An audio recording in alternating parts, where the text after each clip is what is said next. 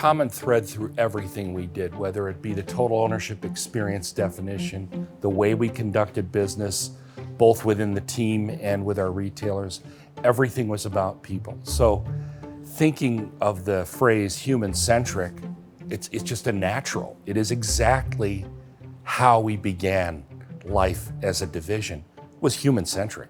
If you think of the total ownership experience, the brand values, the philosophy, most of it was about treating people as honored guests and creating a great experience for people. And to see that continue on even into today's brand messaging is incredibly gratifying.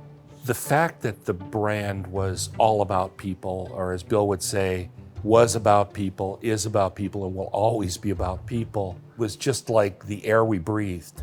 The idea of human-centric from the beginning was part of the Q45 development process. Mr. Oka would talk about the car being an extension of the human inside of it. Talk about being intuitive, of feeling like the Q45 could actually predict what you wanted to do, like it was somehow connected into you, reading your mind. That is the primary way that that whole human centricity flowed through into the product design and contributed to making the idea that Infinity is seamless, that where the car leaves off and where the experience with the dealer or whomever picks up is really transparent and seamless.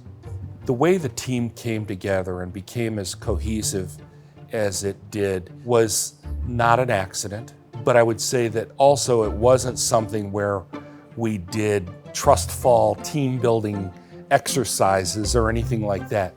It was a natural consequence of the way Bill led the business.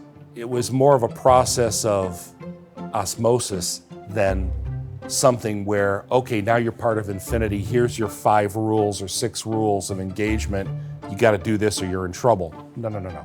It was so natural, so organic, and just felt like, why would anybody do business any other way?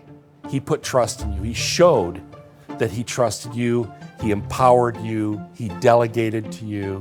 When somebody like Bill in his position trusts you, you inherently trust him back and respond in kind to that type of treatment. None of us had ever experienced a team environment like that before. In many ways, it was both daring and forward versus the sort of high pressure command and control environment that everyone in the auto industry was used to. The principles upon which the brand was founded have never faded. What do you think about treating people as honored guests? Is that important? What do you think? How do you feel about respect and trust and teamwork? I can't imagine anybody saying, yeah, that's so 80s. You know, that's gone. Nobody cares about being respected anymore. If anything, I think those things have gotten stronger and more valuable. And so I would say Infinity's core values are shining brighter than ever. I think that when you have a sound foundation of core philosophies that are long-lasting, maybe even eternal in terms of their value, that when a company is based on those sorts of lasting principles, we can pivot. Nobody in 1980s would have foreseen autonomous vehicles or ADAS, buying cars online. There was no online. Even ride-hailing from an app, nobody even thought of that thing. But all those things can be incorporated into and built upon a core philosophy that endures.